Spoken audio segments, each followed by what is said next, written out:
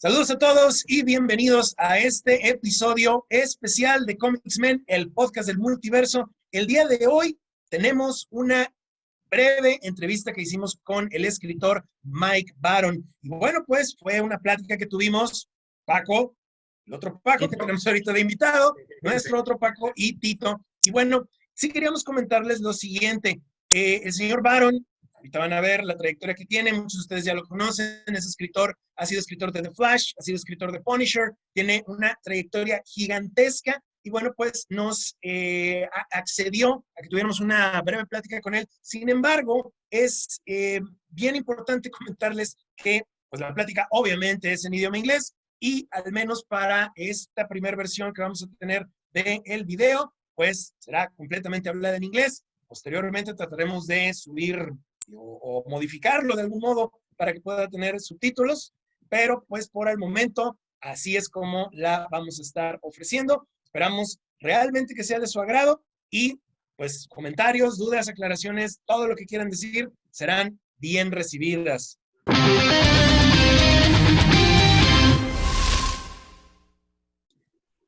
Hello everybody and welcome to this new episode of ComiXmen, el podcast del multiverso. We are Paco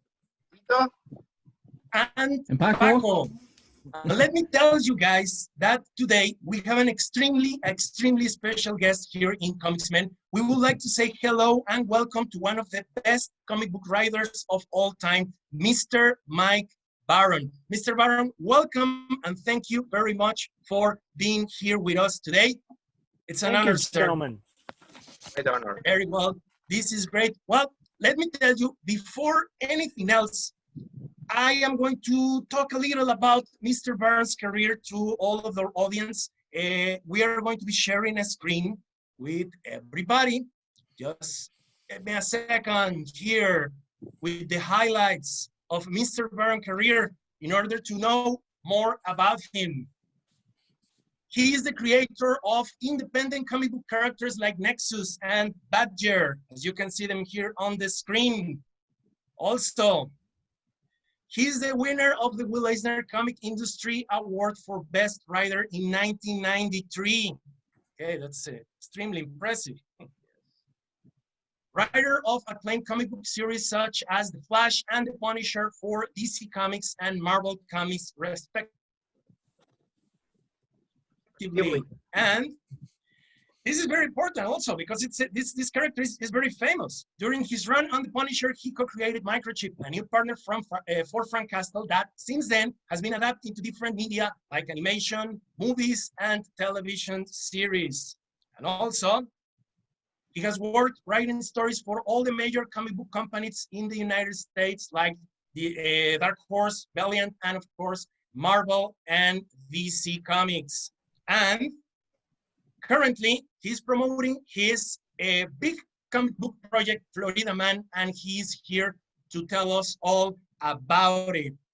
What can you say about all of these highlights, Mr. Baron? We will try to talk about it, give an interview, exchange some questions, and well, again, it's very, it's like an honor to have you here. We are extremely grateful. I don't know if Tito and Paco have something else to say or to discuss before we enter to the questions.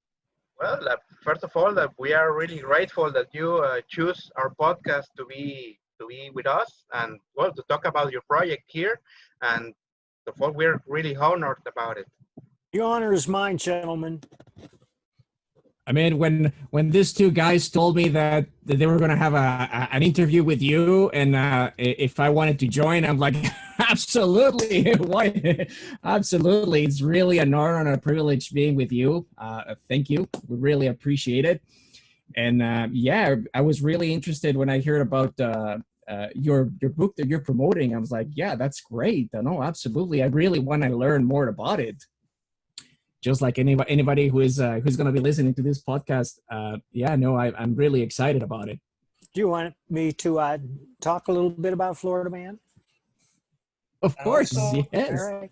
You know, I don't choose my stories choose me. And every time I went online, I saw another Florida Man story. In fact, there's a site called floridaman.com which collects all these stories, and there are thousands and thousands of them. There are more each day. And for example, Florida man claims syringe found in rectum is not his. Florida man arrested for defecating on traffic from light post. Okay. Florida man arrested for sneaking into zoo enclosure to have sex with a panda. These are all real stories. And after seeing so many of them, I said, who is this guy? You know, what if you could take all these stories and encapsulate them in one human being? So I started to think about it, and the more I thought about it, the more sense it made. And finally, I wrote 5 comic book scripts. And when I was done, I realized that I had a very detailed outline for a novel. So I wrote the novel, and I sold the novel within a month. And it's by far my most popular novel. It's actually on Amazon, right? Florida Man by Mike Barron. Yeah, it's on Amazon, but my publisher is Wolfpack Publishing. They published a lot of books of mine, but Florida Man stood out. It's very funny. But the dream of doing it as a comic never went away. And I had an artist attached. His name is Todd Mulrooney, and he did the cover to the novel, which is also the cover of the comic. You just showed it a few minutes ago. And Todd is doing the comic. So I went back to the first script, and I went through it. And I always, whenever I go through a script, I change it a little bit. And then I wrote a second half, and the story grew and grew. And now it's 64 pages, graphic novel. And it's funnier than hell. And it follows Gary from rags to riches, to rags, to riches, to rags, to riches. He's one of those guys. He's got a big heart. He's very generous, but he's not too bright. And he's always looking for a new hustle. And he's got a hair trigger temper. So he's in and out of jail all the time. And in the first issue, you see that how it all comes together, and he wins the Florida Powerball, which of course is clear chance, but it happens every day. So at the end of the first issue, he becomes a millionaire, and he moves into a mansion in Turpentine Acres, which is the name of the housing development, but his is the only house there. And the stuff that follows is just like a big tripwire machine. It's like a ninja training course. It's one thing after another. But it involves alligators, pythons, rats, wrestling. His girlfriend, Crystal, becomes a professional wrestler after gaining overnight fame for attacking a cop with a 3-foot-long black dildo. And so they call her the Black Dildo. But you know, of course, they can't use that when they advertise her. So for her professional name, it's Steely Danielle. And anybody who knows Steely Dan, the band, will understand the reference. But it's pretty funny. I guarantee you'll laugh out loud when you read the book. Let me ask you something, Mr. Barron, because I actually, when I learned about your comic book, I went and looked in Amazon, and I read the first 2 chapters of your book, and I found them hilarious. Oh, that's nothing. You're just getting started. I thought it started too slow, but around the 4th or the 5th chapter, and you know, my goal is always to grab the reader by the throat. Okay. I try to do that. I want the reader so absorbed in my story, he's resentful when anything intrudes. That's what I'm always shooting for. And I know how to do that because it took me a long time to learn how to write novels. I always had a knack for comics. Comics are the most forgiving medium there is. But novels were much more difficult. It took me 30 years to learn how to write a novel because I'm a slow learner. But when I got it, I got it. And now I have 15 novels in print, and I'm working on 3 right now. Yeah, Okay.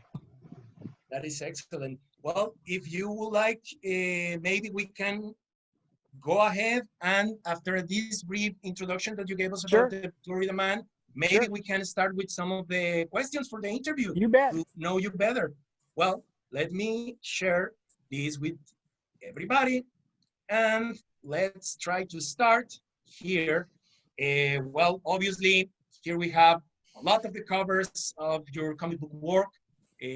Most of them, well, actually, as you can see, one of them is already here, the Punisher #1. Yes. Right here. And well, it's one of the things that you are most recognized in the comic book industry, I believe. But we have to start with this question Could you please tell us what motivated you to become a writer and enter the comic book industry? What would be? Well, when I was a kid, I was a voracious reader. And one day I went into a cigar store in Mitchell, South Dakota, where I grew up.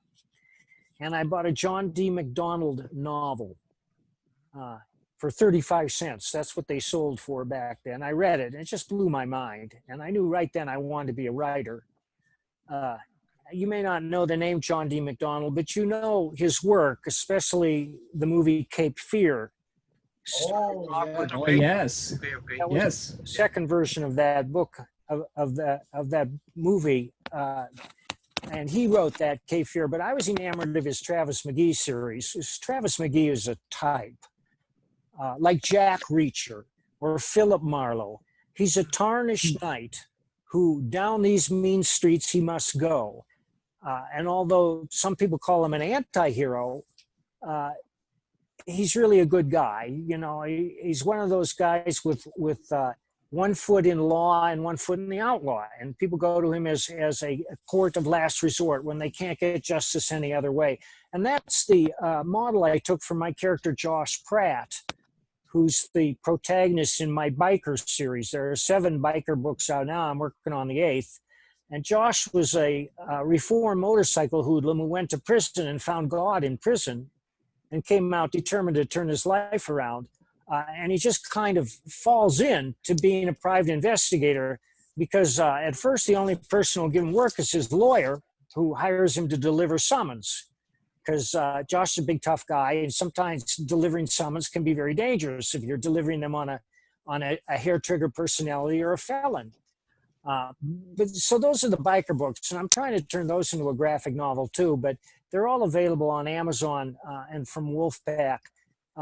And I knew I wanted to be a writer. I wish I had taken it more seriously when I was young and worked towards that immediately when I was in college. But I just kind of fooled around in college, and I was lucky enough to take a couple of writing courses. And one was from a man named Jerry McNeely, who was a TV writer. And Professor McNeely said, you make them laugh a little bit, you make them cry a little bit, you scare the hell out of them, and that's entertainment. And that stuck with me. When I got out of college, I moved to Boston because I heard that there were a number of newspapers that would hire young writers. But before I was able to work for them, I answered an ad in an alternative newspaper looking for volunteers to smoke the government's dope and take a battery of tests. So I signed up.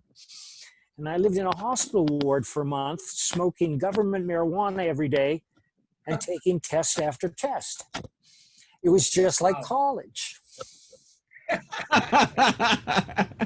When I got out, Yes. I wrote Exactly that up, the and that's same. how I broke into journalism at the Boston Phoenix. They loved the story, and they hired me. And I worked for newspapers in Boston for 7 years, doing cultural reviews, talking to movie stars and musicians, going through town. It was all cultural stuff. It wasn't hard reporting. And then I moved back to Madison, Wisconsin. And one day I got a phone call. I was working in an insurance company. And the guy says, there's an artist here you have to meet. And it was Steve Rude. And I met Steve. And we decided to work together. And it ended up with Nexus. And because of Nexus, I had this whole comic book career. Okay, yeah. Yeah, Nexus was a famous character, especially, well, here in Mexico, we kind of knew him, but remember that sometimes it's difficult for the independent comic books or other thing that is not Marvel or DC to come here. But I remember that there was a time during the 90s that I saw a lot of advertising about Nexus on Wizard magazine and all of the other kind of important magazine of comic books for the time. And well, I always was curious about it, but never was published here. And it was very difficult. It was a comic book very difficult to find out, at least here in Mexico, unfortunately. I am sure that right now in Amazon will be easier to find some of the TPBs or some other kind of jobs about Nexus. Actually, I believe it might or have not, some Spanish editions. I'll have to look. Well, I maybe am the sure ones that published in Spain. in Spain, Spain, yeah. Spain was more open when it comes to non-stream, I'm going to say non-stream comic books, and I mean in non-Marvel or non-DC. Yeah, Spain did a lot of Dark Horse and some other independent editorials. That was unfortunately for Mexico that we didn't really have, we didn't have that luck to have as much as variety as you can find in Spain. I was in Mexico and I picked up some Mexican comic books. This was 30 years ago, but some of them were very exciting and beautifully drawn.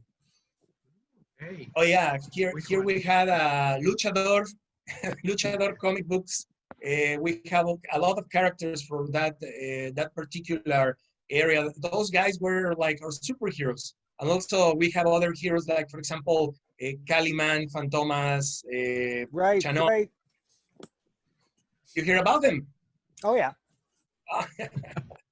Okay, well, I don't know if, Tito, could you like ask the next question that we have for Mr. Barron?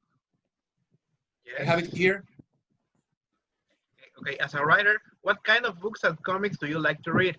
What kind of movies do you watch? Do you take any inspiration for them? Well, I do take inspiration from them, but I have 3 rules as a writer. 1 is it's the writer's job to entertain. 2 is to show, don't tell. And 3 is to be original. And I try to be original.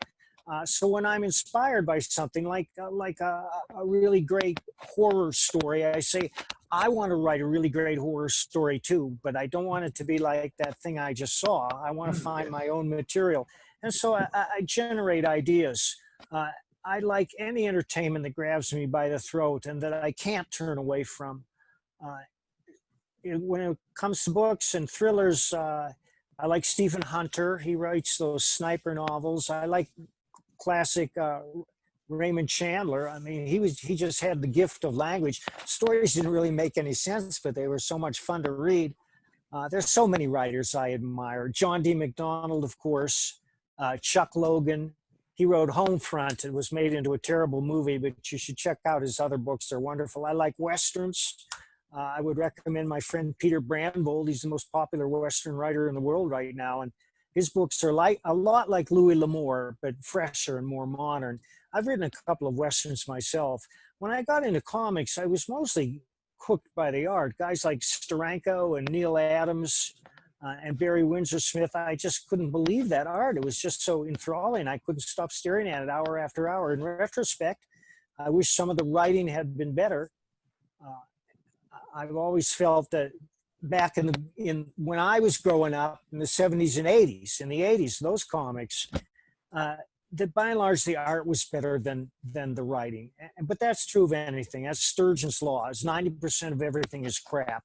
But when you find a well-written comic like Watchmen, like Alan Moore, or something by Neil Gaiman, it hits you. You say, yeah, I'm saving this. I'm not just saving this for the art. I'm saving this for the story. And that's what I try to do.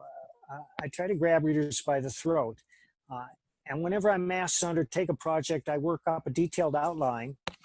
And the outline is designed to entertain too. I want people to read that outline and put it down and say, yeah, where's the book? Where's the movie now? I want to see that.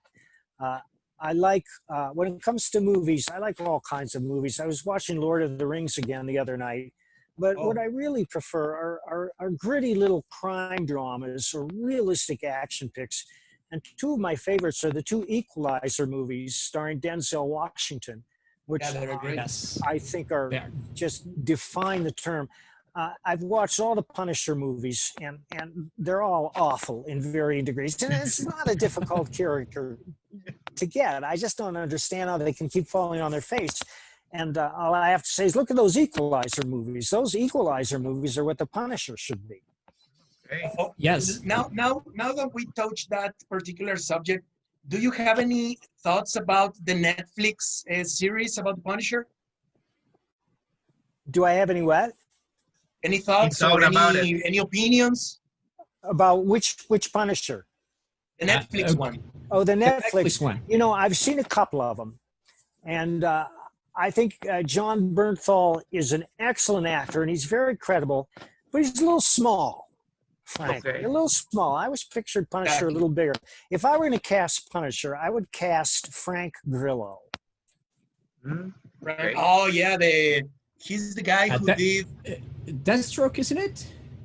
Is it the guy that he played Deathstroke? I don't know if he did that. He's in a movie Crossbones. called The Gray with Liam Neeson, where they all crashed in the Arctic. Yes, He amazing starred movie. in a Yes. series called Kingdom, in which he was the father of a martial arts clan. They were all professional fighters, and that really got to showcase his stuff. Yeah. And he's in Warrior, which stars Tom Hardy as a trainer. But once you see him, he's unforgettable. I mean, he's an unforgettable character, and he's a fine martial artist, too.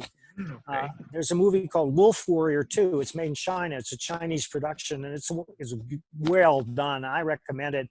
And Frank's the bad guy in that, and he gets a lot of screen time. Okay, I well, never- yeah, I agree with that. He was a little small, but what can you do? and sounds, for what I'm hearing from you, sounds like you don't just focus in just one single genre. You kind of like grab everything: westerns, thrillers, actions, horror. Comedy, of course. I just finished a Nexus novel, which I'm very proud of, and now I'm writing another one. But I'm also writing the 8th Josh Pratt novel, the 8th Biker novel, and another novel, which is a historical drama that I've always had bugging me. I've been thinking about for years. You know, sometimes you think about a thing for years and years, then finally one day comes and says it's time to do it. Sometimes we just keep things on our heads many, many, many, many years, and sometimes you say, okay, well, now is the time, and I have to do it. And it's like Now or never, it right? has their own life.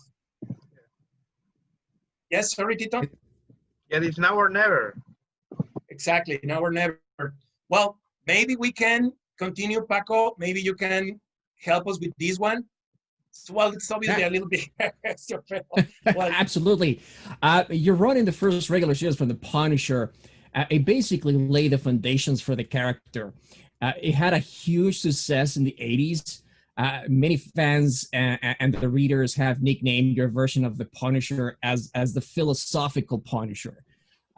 Because of all the characters introspective during that period of time. So what do you think about what the fans thought about it? Do you think it's accurate to call it the philosophical Punisher? I do. As I said, my second rule is to show, don't tell. And I haven't always obeyed that. I think I did in The Punisher for the most part. By that, I mean, if you can advance the story visually without adding words to the page, you should. The words are there for characterization and to advance the story when you have a character extrapolating and saying things that have to be explained. And I also favor a very close point of view, which means that I have one character and we've experienced the whole story through that character's perceptions. In this case, Frank. We see it through his eyes, ears, and nose. And whenever I have a character enter a room, I ask myself, what does he see? What does he hear? What does he smell? Because that makes it more real. But in the case of The Punisher, I also wanted to give a little internal dialogue, not too much, I hope, but to show what makes the Punisher tick. And I always thought that he was a guilt-ridden Catholic, and that's what made him tick. He was a very religious man, but he knew he was damned. And as long as he was damned, he was going to take out as many bad guys as he could. He was also obsessed with justice, and obsession is always interesting. So he was an obsessed, guilt-ridden Catholic. If he didn't have somebody to go after, he wouldn't know what to do. I mean, it's not like he had hobbies. He didn't stay home and whittle animals or anything. He lived for one thing only. That was his obsession, and that's what made him so dangerous. Yes. Well, and to be honest, I think, yeah, I think everybody here, we completely agree with that. And I found that run that you have with the Punisher is probably the best, one of the runs, the best runs that I have read of Punisher. Because like you said, the way that the character, the story was all written for the character, it's just really good. Thank you. Well, and also it was the right time to make Frank a little retrospective, right? A little bit. I approached it as a straight crime story, And for 2 years, there were no superheroes or supervillains or monsters or anything like that. But then they switched editors on me. And the new editor wanted to tie Frank more closely into the Marvel Universe. So we started seeing a few X-Men and a lot more Kingpin. Kingpin's a natural enemy for the Punisher, but Dr. Doom wasn't. Actually, that was under Carl Potts too. But he began to creep into the Marvel Universe a little bit, but I tried to keep it a straight crime story. Okay. For example, that exactly what you mentioned. Now that I think of it, it's exactly what years later Garth Ennis also said about the Punisher. He said he doesn't work very well on the Marvel Universe. I would like him to be like its own separated thing. And I believe that sometimes it's okay because you cannot have that particular introspective or kind of realism or being very mundane and urban like the Punisher is if you all the time put him against Spider-Man and I don't know, Captain America and the Avengers and stuff like that. So it's something that now that I am getting aware of that, a lot of writers think if Garth Ennis said the same, you're saying the same. And so maybe that is one popular approach for the character, I believe. Well, I admire Garth's work very much. Okay. Did you like his run? Did you read it? Yep. Okay, well, yeah, it was very good. Also, it's completely It was even more terse than mine. Sorry, what? It was more terse than mine. There was less dialogue than mine. Oh yeah, a lot of dark humor. Yeah, was very good. Well, let's try to continue. And here, well, obviously we have some of the examples of your run. You started with Klaus Janson, right? yes. Klaus Janson, then it came with Portatio, if I remember correctly. And Eric Larson, Dave Ross. Eric Larson. Eric Larson, yes. Was there any influence of the Executioner book series? Well, I don't think anybody Pendleton? doubts that the Punisher is based on the Executioner. Jerry Conway is the guy that created the Punisher. And now Jerry Conway does not want police outfits or military outfits to use the Punisher logo. Yeah. Yes, I have in my hand we're here. going to get into that. Yeah, we're going to get into that particular question because I really find it very, like, I don't know, a little bit strange that with everything that's going on in the United States, those opinions are all floating around. But well, we will get into that. Before that, let's say, well, here is also one of the parts that you were talking about with Dr. Doom, some of the Avengers. Sorry, what? Bill Reinhold is the artist. Oh yeah, the art. I have it right here. As a matter of fact, this is his comic. It was my first comic book of the Punisher.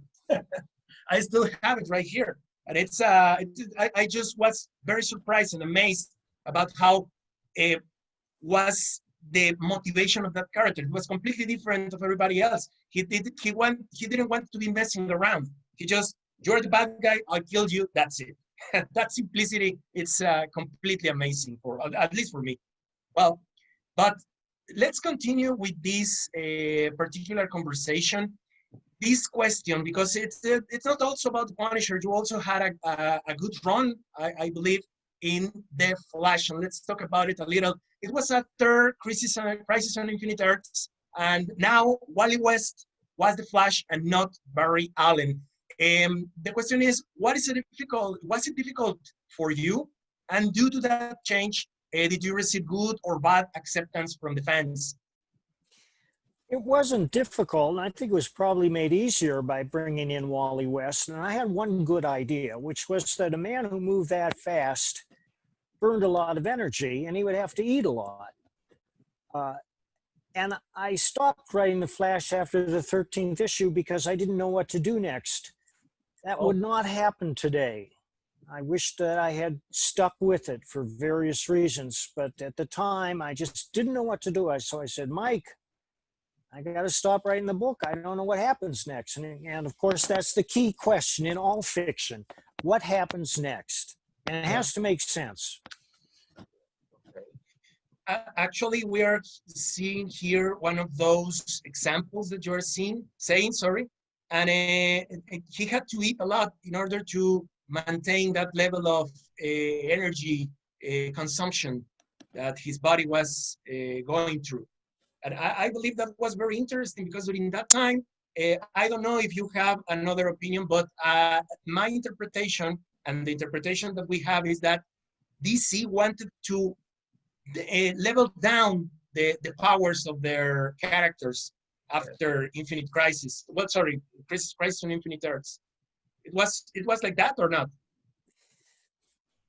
I never really ran up against any limitations, editorially speaking, but I never really did anything outrageous with the Flash, like having him break the light barrier and travel backwards and forwards in time, which is a stretch. I mean, even what he does is a stretch. But no, I didn't have a problem with that. I never got that impression. Okay, well, so you had the idea about, like, for example, making him to eat a lot. That's all you. Yeah, that was my idea. Okay. Also, I remember very well about this guy, Vandal Savage, that you used. Yep, Vandal Savage. And all of the other guys. And here we have these these promos that you have: Mike Berg, Jackson Guys, and Laurie Molstead. And I remember these particular issues because here in Mexico, they were publishing them inside the titles of Superman.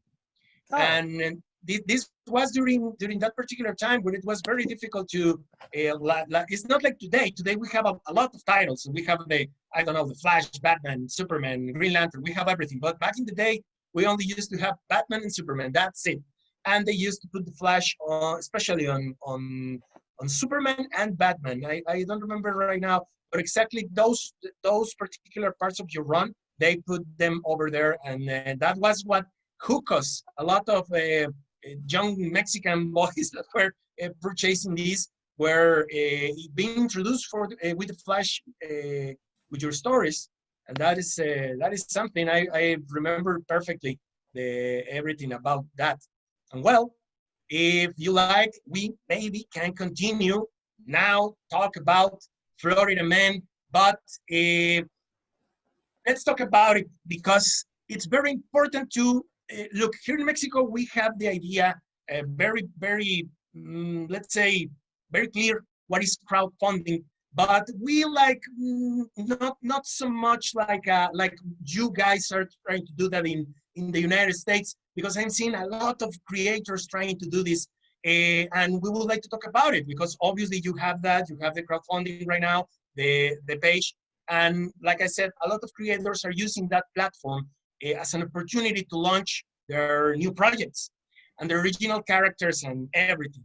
And obviously you are one of them with Florida Man that we already discussed it. Will you please tell us all about this project?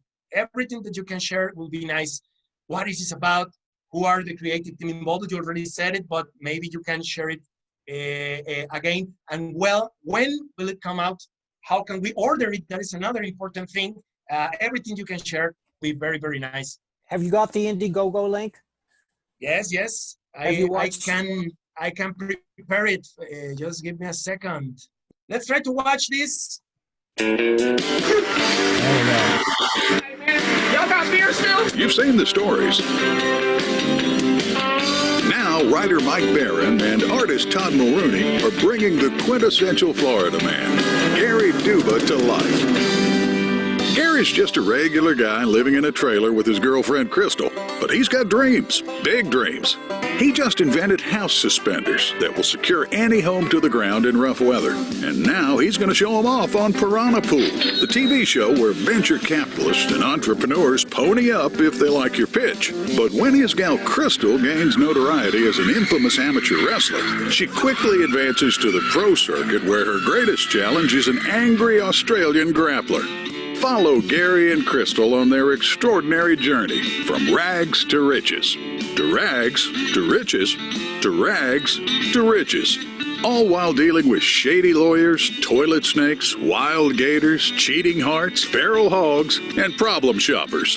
Back Florida Man today and reserve your very own copy of the Florida Man graphic novel. We're bringing back funny books, y'all.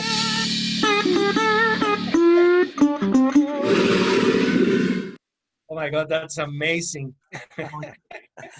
Chris Brawley put that together.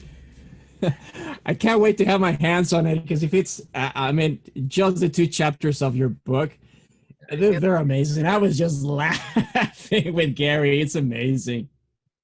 There's a second Florida Man novel out now called Hogzilla. Hogzilla. Hogzilla. I got.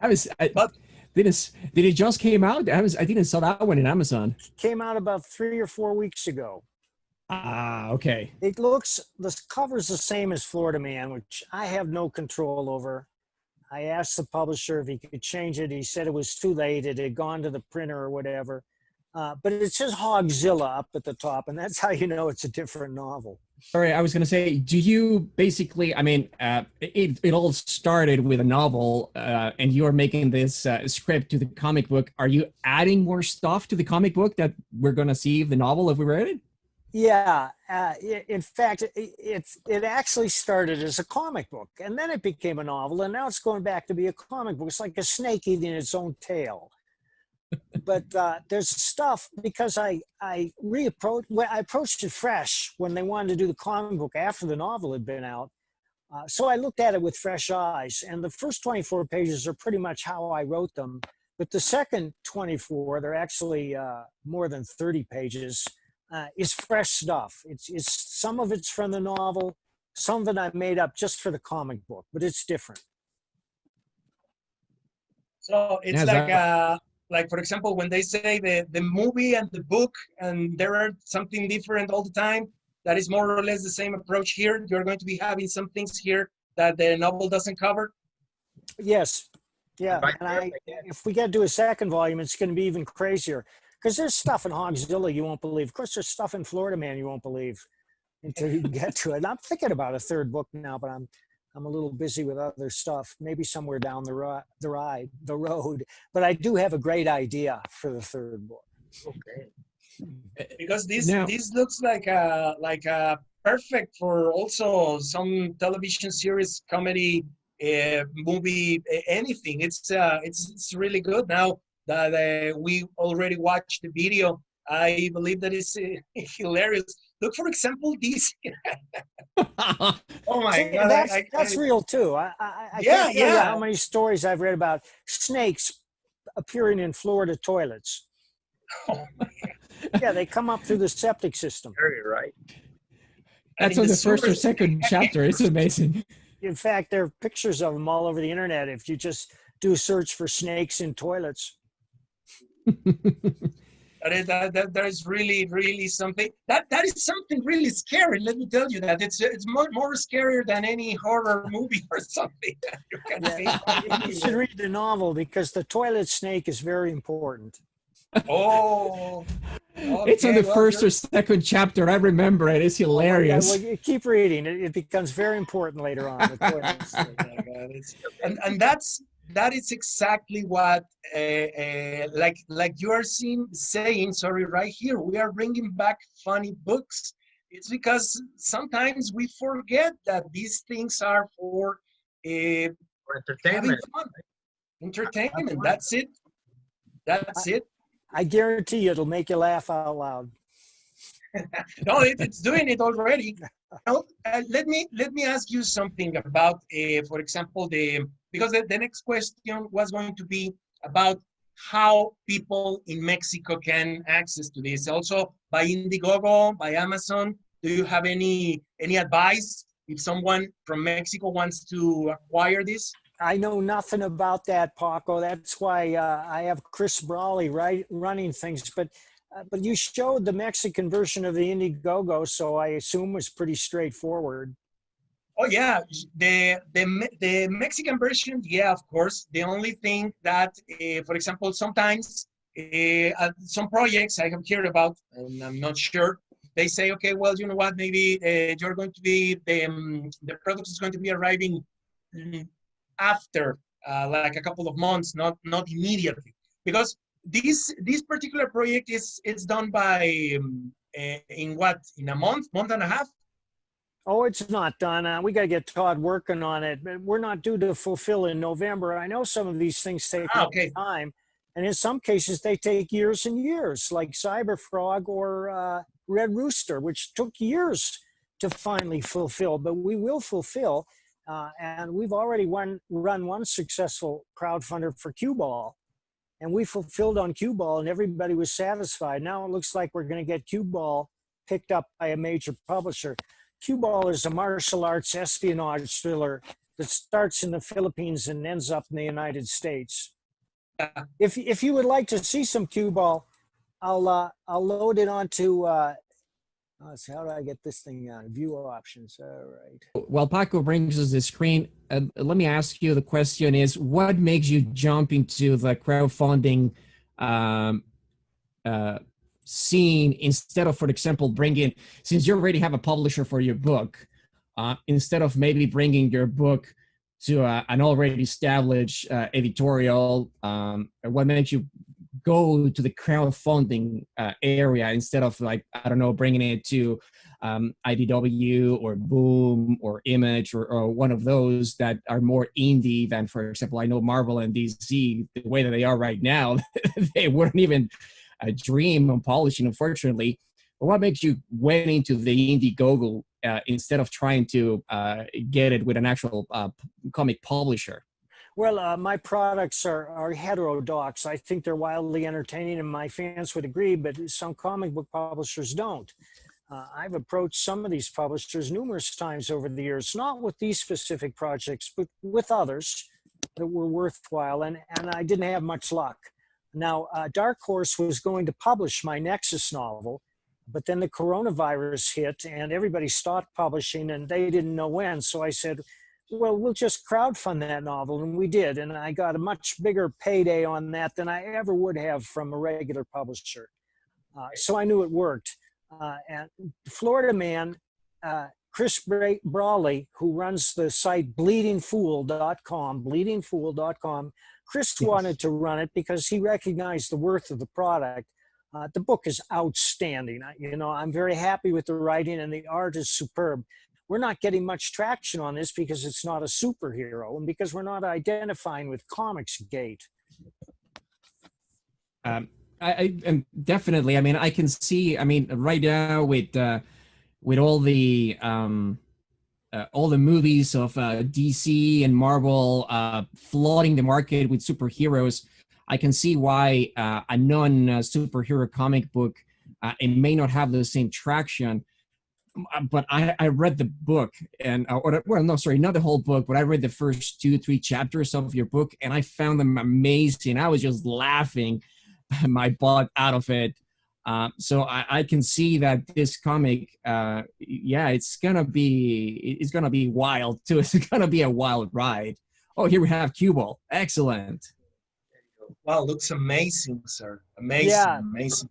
Barry McLean. An amazing artist. He's the hardest working artist in the biz. He draws every day, and he gets better every time he sits down. Could you please talk us a little more about the Cue Ball project? Because to tell you the truth, I didn't see it before. It's great. It looks great. Before, except for our backers. But as I said, it looks like we're entertaining offers from 2 publishers right now. So it looks good for Cue Ball. Only the first issue, the one on the left, was actually printed, and I have copies of those. Cue Ball is a martial arts espionage thriller. Now, whenever I write something, I write a detailed outline for it, and I also write a blurb. So I'll read you the Cue Ball blurb. I always prepare these things ahead of time. One of the reasons I do is when I teach writing, the first question I ask is, what is your story about? And when somebody asks you that, you have to be ready. You can't hem or haw. So this is what Cue Ball is about. Detroit homeboy Curtis Ball joined the Merchant Marine and ended up managing a warehouse in Manila. Curtis wanted only 2 things out of life: to see the world and study Kali Eskrima. But when a pack of tuxedoed sharks muscle their way into his warehouse, Curtis learns the hard way that it's not always smart to mind your own business. The spooks are looking for Donna Wing, a beautiful Chinese blogger forced to flee due to her exposés of child organ trafficking. Now Curtis and Donna are on the run from the Chinese government, the Tongs, and a group of international cutthroats who will stop at nothing to stop them from reaching the United States and spilling their guts. Sometimes you have to spill some guts to spill your guts. Oh, wow, that sounds amazing.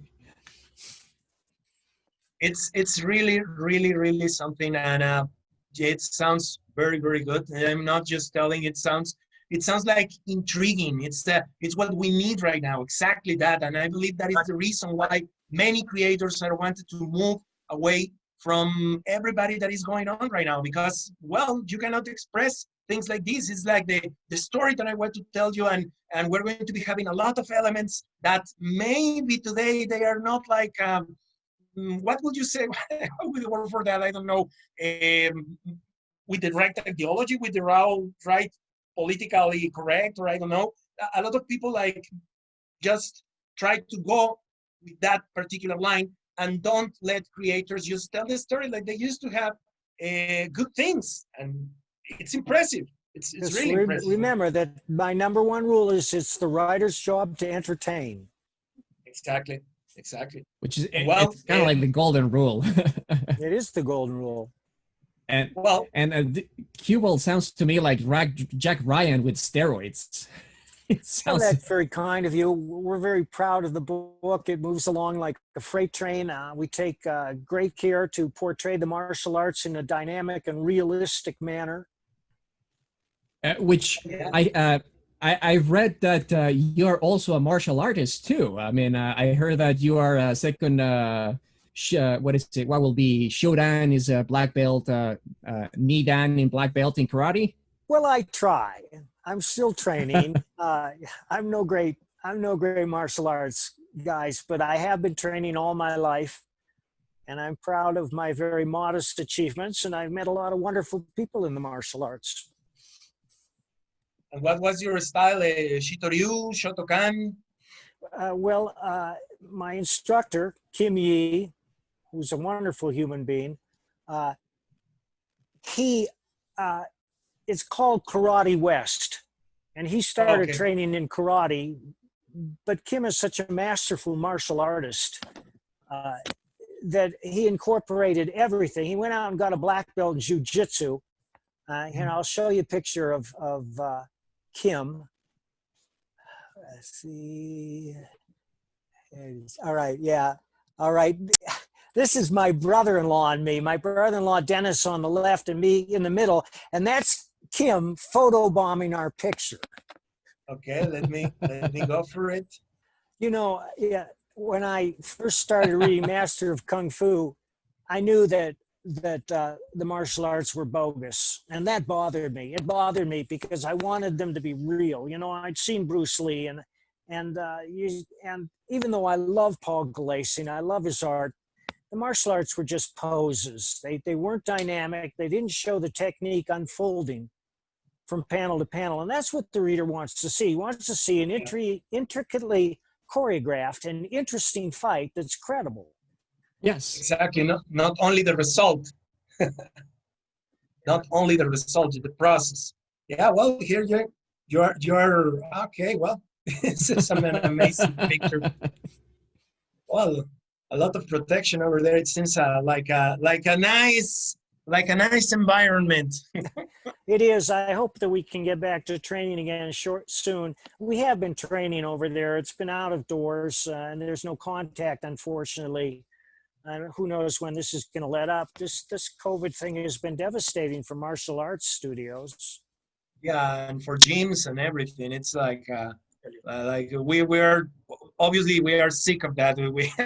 I really don't want to hear anything more about pandemic or everything like that. It's like, well, a terrible thing. We are. I know that everybody around the world is sick of that, and well, let's hope that only a few more months.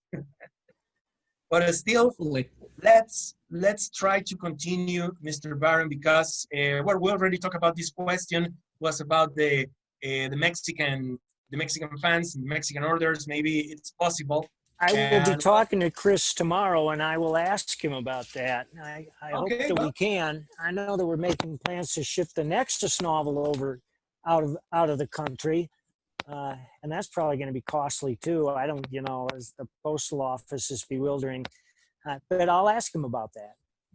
The way things are, I am sure that it will be very easy. Obviously, well, a little more cost, but that's the way it is.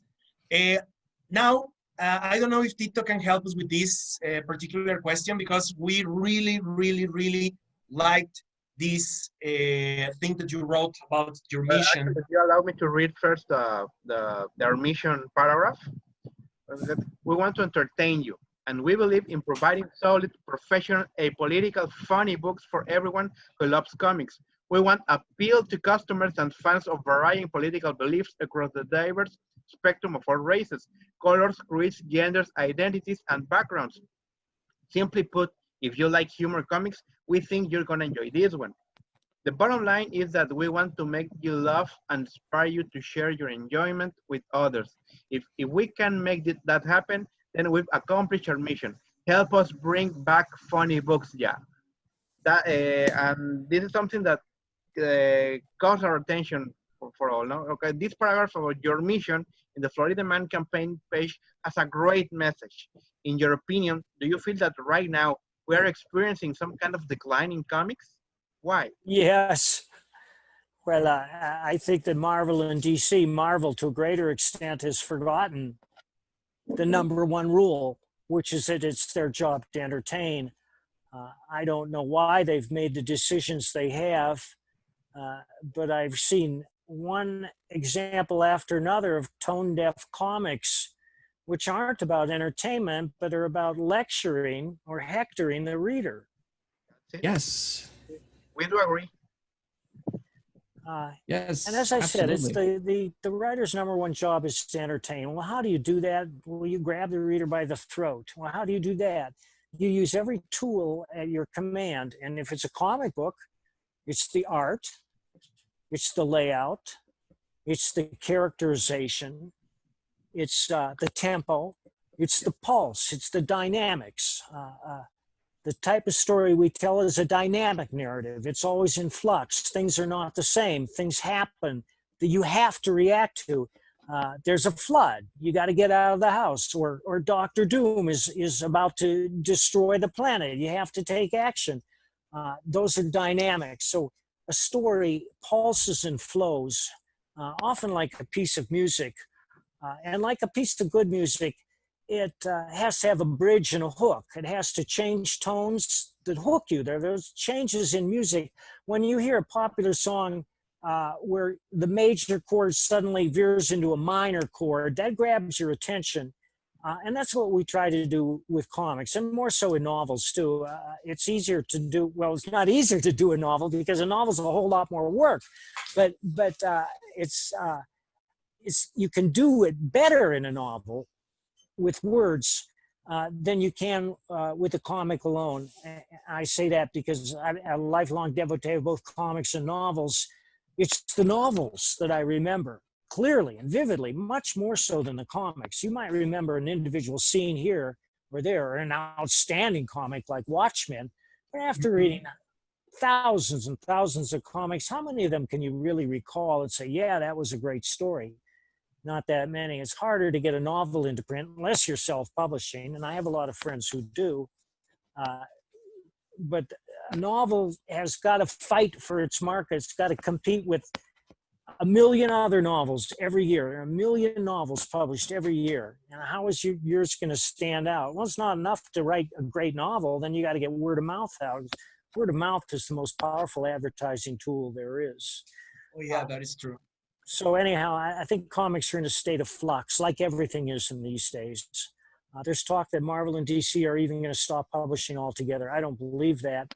But we have an opportunity here for other comics to fill the void. I don't know if you're aware of Red Rooster and the new comics that are appearing in Walmart. Yeah. Yes. I think that's Well, not in the Mexican Walmart, but we have heard about it. I think, well, you can order them. You can mail order them from Walmart, and Oh yeah. yeah, and there's some other distribution chains that are taking up. You know, DC's going to distribute their own books now. Yes, they have two of the biggest mail order comic book stores in the U.S. are going to be doing down the distributions. UCD, I can't remember the names, to be honest, but yeah. Now, one of the, you said promotion was also a big part of obviously giving your novel and your book. Now, if I'm not mistaken, we're going to see a Nexus story in Jawbreakers Grand Design. That's true. All right. I'm also doing a 3-issue series with Splato. Oh yes. Oh yeah, about Nexus. Oh yeah. Nexus, yes. With Richard C. Meyer. Excellent. Wow, that's amazing. Yeah. We know all about it. Obviously, we are very, very impressed how well everything has been developed in the comic book scene, and well, how things are really. Let me tell you something. Here in Mexico, we don't have that particular phenomenon that happened in the United States, that up until before the COVID-19 and everything, Diamond Comics and all, and the big distributor didn't accept the returnable product. They didn't accept it. If a comic shop buys everything, they keep everything. Here in Mexico, it's not like that. If the comic book has arrived, translated and everything, the retailers are allowed to return everything that didn't sold. And as a result of that, here in Mexico, we have a lot of editions of good things, because they cannot allow the normal amount of comics that won't sell if you are not offering a good product. That is, here in Mexico, we don't have the normal amount of titles that, like they say, that flood the shelves in the comic book stores in the United States. It just doesn't happen. Here they go for the certain thing. And that is something that it's an evidence of how things are in the United States, I believe. And well, it's a difficult situation, but still, maybe we can move forward to this question that we were talking about at the very beginning of this meeting, of this talk, and it has to do with the police and military force. Talking a little about different politics points of view, there is a question that we already said that we very much like to ask you for some time now. Some branches of the United States, police and military, are using in some way, shape, or form the Punisher symbol in their units or uniforms. There are some fans and even creators, like you said at the beginning, like Mr. Conway, who oppose this idea for multiple reasons. Do you have any positions on it? Any position on it? I think it's a great honor that they choose the Punisher as their symbol, and I encourage them to do it. I have no problem with it. Well, do you have any opinion or idea why people oppose to that? Some of them, they say that no, it's because the Punisher is an anti-hero, and I really don't see it like that. I know obviously he's an anti-hero, but it's like, I don't know, maybe admiration for a character and that's it.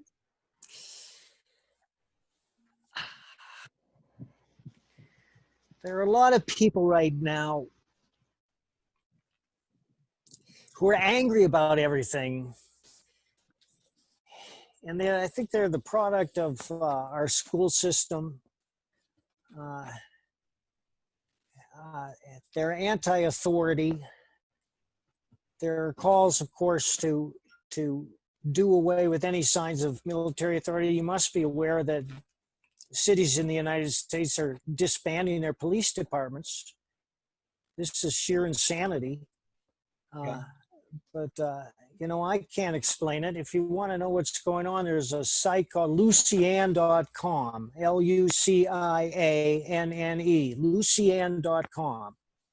It's because it's run by a woman named Lucianne Goldberg, and it's an aggregate site that provides mostly conservative news, and they can explain it a lot better than I can. And so there's also another site called AmericanThinker.com, which talks about this every day, AmericanThinker.com. Boys, I'm going to have to close it up now. Okay. And I want to thank you for the opportunity.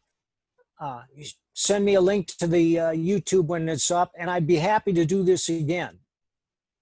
Okay, Mr. Barron. No, well, thank you very much for that. Thank you. Yes. This was actually the last question. So again, thank you very much. It was an honor.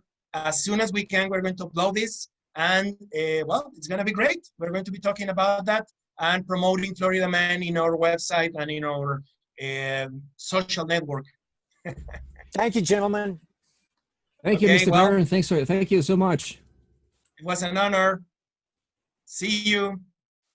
Y bueno, pues este fue el escritor Mike Barron en esta pues breve entrevista que nos hizo el favor de darnos. Se lo agradecemos enormemente. Yo creo que esta oportunidad pues nunca nos la imaginamos. De verdad que tener una persona con la trayectoria y con el talento del señor Barron aquí con nosotros en ComiXmen, pues simplemente nos pareció algo maravilloso. Y pues queríamos cerrar platicando acerca de eso, cuáles fueron nuestras impresiones de dialogar con una persona de la talla del señor Barron.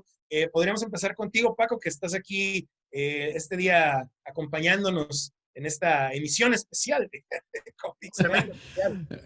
No, pues otra vez, darle las gracias, loco, por haberme invitado en esta ocasión tan especial con este gran escritor.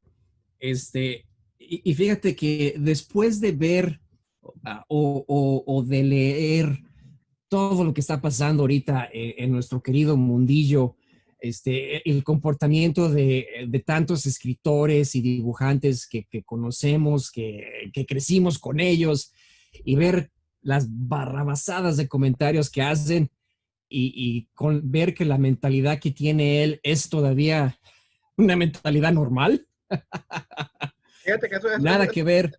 ¿No? Digo, sobre todo eso, ¿no? Que no ha hecho el bending the knee para todo esto, ¿no? Que ha directamente a su principio, ¿no? Y el que nos diga esa regla de oro, que vaya, que la escritura es principalmente para entretener.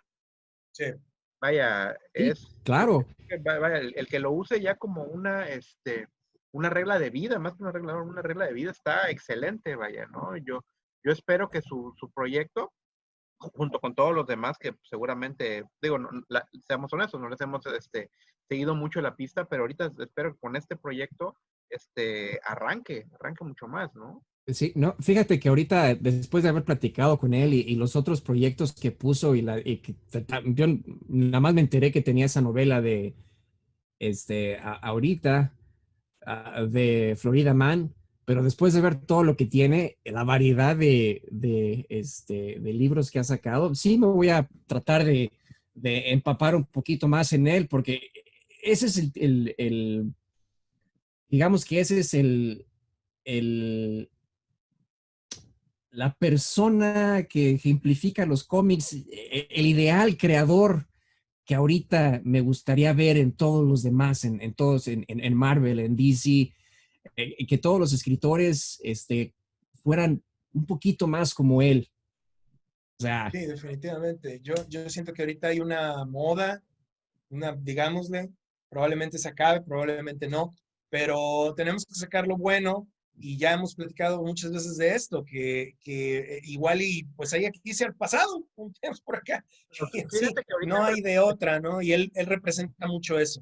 Fíjate que ahorita en retrospectiva, ahorita que mencionas exclusivamente la palabra moda, yo creo que lo que pasó en los años 80, el que empezaran a tomar a los superhéroes en situaciones mucho más realistas, en hacerles humanizarlos un poco más hasta cierto punto en el aspecto de que ya tuvieran menos poderes o que tuvieran más debilidades y todo eso.